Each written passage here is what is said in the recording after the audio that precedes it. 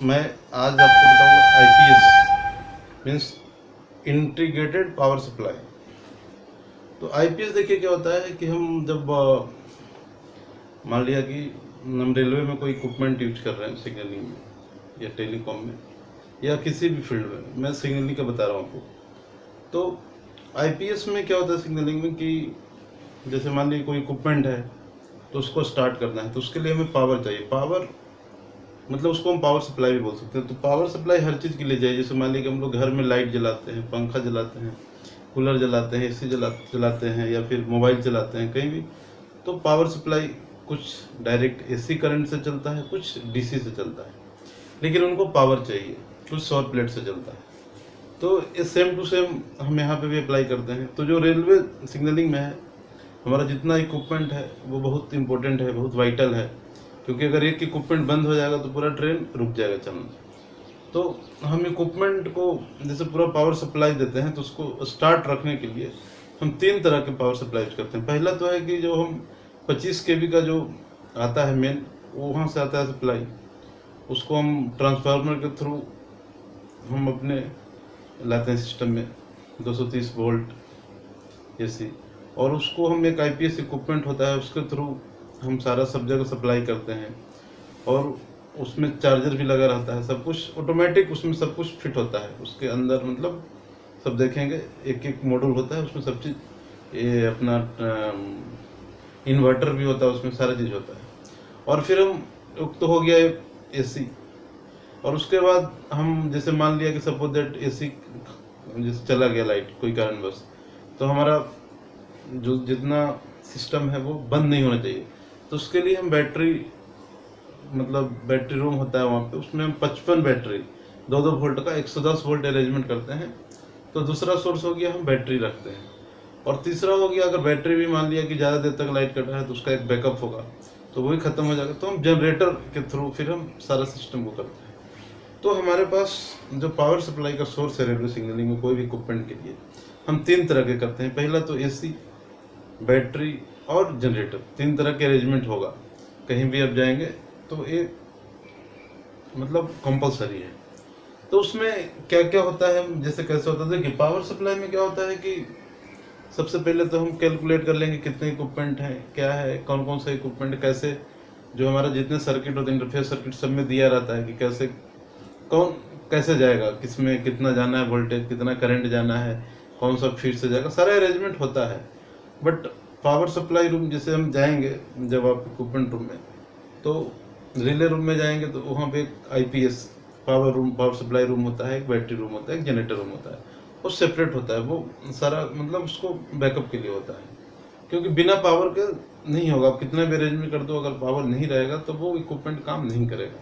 मतलब कोई भी इक्विपमेंट, हम आप भी बिना पावर के ही काम करोगे। पावर चाहिए, जैसे हम लोग को भोजन चाहिए, उसी टाइप का उसमें।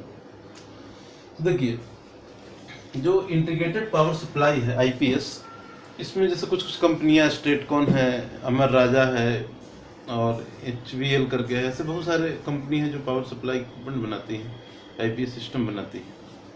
तो सबसे पहला तो है कि 25 केवी, उसको ट्रांसफार्मर से करेंगे कन्वर्ट जितना चाहिए। आईपीएस सिस्टम होगा, उसमें एसी डीसी रहेगा, चार्जर रहेगा, इन्वर्टर रहेगा, सब लगा रहेगा। फिर बैटरी बैक 2x55 का बैटरी रखा रहता है, वो सीडी टाइप का स्टैंड होता है, उसमें रखा रहता है। उसमें बैरोमीटर भी होता है बैटरी का मॉनिटरिंग करने के लिए। उसके बाद देखिए, जो हमारा डायग्राम होगा वो आईपीएस में 2 तरह के, एक तो होगा सेमेटिक डायग्राम और एक होगा लोड कैलकुलेशन। तो सेमेटिक डायग्राम में 2-3 पेज का होता है, 4 पेज का, उसमें कैसे कैसे एक ओवरव्यू इक्विपमेंट का कहाँ से क्या कनेक्शन है वो दिया रहेगा। लेकिन जो लोड कैलकुलेशन होता है उसमें एक एक इक्विपमेंट का दिया हुआ रहता है, जैसे जितने इक्विपमेंट लगेंगे इंडोर में, आउटडोर में, और जो सबका सेपरेट दिया रहेगा।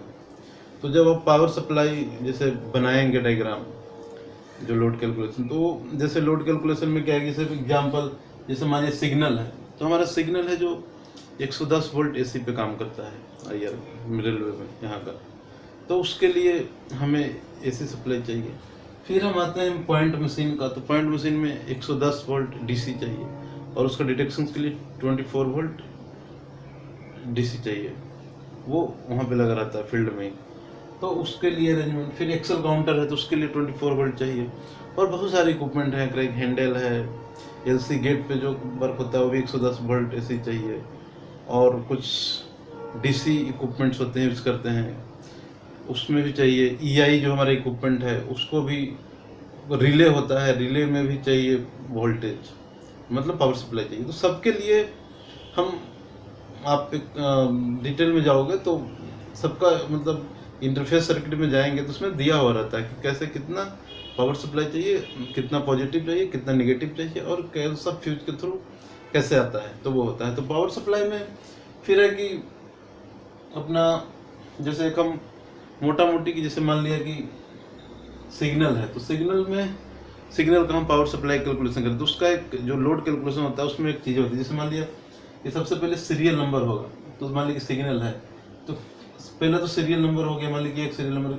सिग्नल कितने गियर्स है, मतलब जो फील्ड, मान लिया कि 5 सिग्नल का मान लिया कि है, क्योंकि सबका पावर सप्लाई, जैसे मान लिया कि जो सेंट्रल स्टेशन है उससे जो कंट्रोलिंग होगा, इससे जो कंट्रोलिंग होगा, गुमटी ए से, गुमटी बी से, इक्विपमेंट एलसी गेट के, सबका जिससे जितना कंट्रोल होगा उसमें सबका अरेंजमेंट होगा। तो मान लिया कि हम एग्जांपल सेंट्रल से 5 सिग्नल है, तो 5 पहले गियर, तो गियर में सिग्नल लिख दिए, क्वांटिटी, तो क्वांटिटी मान ली कि 5, ऑपरेटिंग वोल्टेज, तो ऑपरेटिंग वैल्यू 110 वोल्ट एसी, फिर उसके बाद करंट कितना चाहिए, तो करंट एक तो हो गया एक का, तो 5 है तो इसमें कैलकुलेट कर देंगे, टोटल लोड कितना होगा वो होगा, यूटिलाइजेशन फैक्टर क्या होंगे वो होंगे, उसके बाद एक्स्ट्रा लोड हम कंसिडर करते हैं 30% या अलग अलग डिपेंड करता है वो कितना होगा, फिर ये सब चीज़ें हैं। फिर उसके बाद उसमें कुछ टेक्नोलॉजी आता है कि जैसे इन्वर्टर बता दिया आपको, AVR बैटरी चार्जर, SMPS का पावर,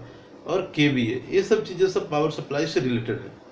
तो दोस्तों ये सब आप जब पावर सप्लाई जाओगे उसमें सबका आप सेपरेट होगा, जैसे एक्सेल काउंटर है तो उसके लिए कितना, सबका में तो सेम टू सेम ऑपरेटिंग कितना है, कैसे कितना टोटल यूटिलाइजेशंस, उसमें कितना एक्स्ट्रा लेना है, एक एक इक्विपमेंट जो लगेंगे सबका, AC से लेके DC जितना, जैसे आपको कंसिडर करना है उसमें। जैसे जो पावर सप्लाई का सर्किट होता है 8, 10, 15, 20 पेज में होता है, डिपेंड करता है कैसा, कितना बड़ा मतलब वर्क है, स्टेशन कितना बड़ा है, एरिया कितना बड़ा है, वो सब के लिए होगा, रिले के लिए भी होगा, रिले भी कितना लेता है क्योंकि वो भी पावर से होता है, एक्सेल काउंटर का होता है, क्रैंक हैंडल का होता है, आपको कुछ TMS ट्रेन मैनेजमेंट सिस्टम होते हैं उनके होते हैं, आपके फिर डाटा लॉगर होते हैं उनका होता है, और फिर अपने पास EI इक्विपमेंट होते हैं उनका होता है। तो ये सब चीज़ें सब का हमको कैलकुलेट करना है एक का, और उसके बाद जब हो जाएगा तो हम स्टैंडर्ड एक होता है RDSO का, इंडिया में हम लोग करते हैं फॉलो, तो उसके हिसाब से रिव्यू होने के बाद अप्रूवल हो जाने के बाद फिर हम इक्विपमेंट भी परचेज कर सकते हैं, या फिर, तो ये सब चीज़ें हैं दोस्तों। तो थैंक्स फॉर वाचिंग, एंड आपको कुछ डाउट है तो आप नीचे लिखिए और मेरे वीडियो को शेयर करिए। तो दोस्तों thank you everyone, and subscribe भी आप करिए क्योंकि मैं और वीडियो बनाऊंगा तो अपडेट होगा, और इस चैनल में बहुत सारे वीडियो बने हुए हैं तो काफ़ी लाभदायक हैं, रेलवे जो फील्ड सिग्नलिंग या अलग फील्ड के हैं सबका बना हुआ है, तो आप उसको देखिए। दोस्तों thanks for watching, thank you.